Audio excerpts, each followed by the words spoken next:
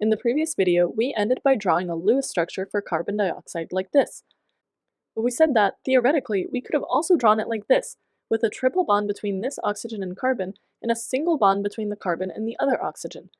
In this video, we'll talk about why this configuration is correct. The last thing that we have to consider when drawing Lewis structures is formal charge.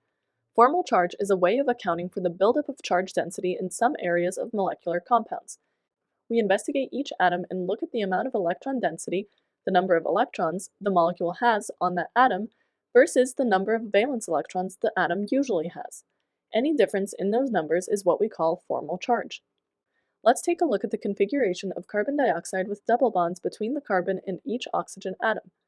To compute the formal charge, we'll draw lassos around each atom and the electrons in its immediate vicinity. Include all of the lone pair electrons in your lasso as well as half of the bonding electrons. Remember, each bond is 2 electrons.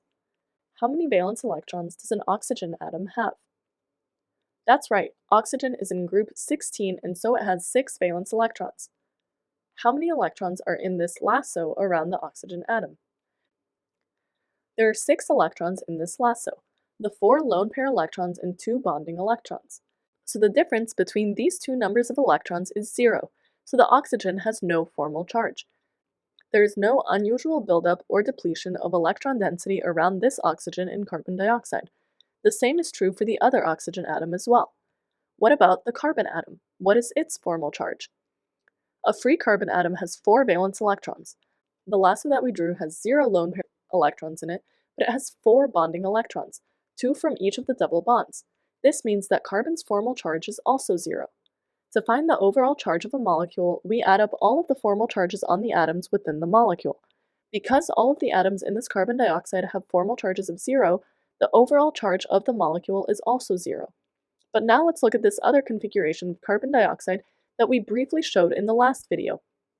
What is the formal charge of this oxygen atom? As we know, an oxygen atom will naturally have 6 valence electrons. The lasso around this oxygen contains 5 electrons, 2 lone pair electrons, and 3 bonding electrons. This means that its formal charge is +1.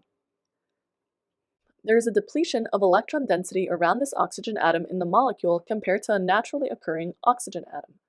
Because the other oxygen has a different configuration, we must calculate its formal charge independently this time. What is its formal charge? This lasso has 7 electrons, 6 lone pair electrons, and 1 bonding electron. That makes the formal charge of this oxygen -1. Even though the configuration is a bit different for this carbon atom compared to the carbon in the first molecule, it still has 0 lone pair electrons and still participates in 4 bonds, so its formal charge is 0.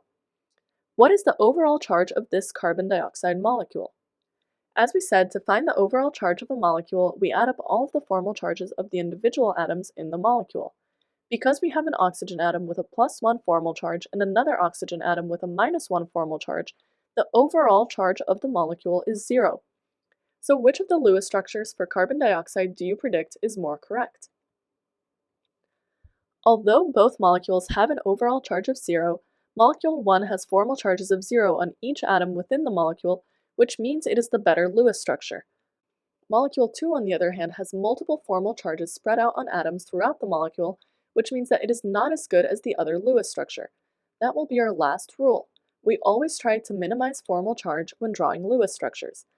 By taking formal charge into account in addition to all of the other rules we've already talked about, we have the tools to draw the best Lewis structures possible for every molecule that we may encounter.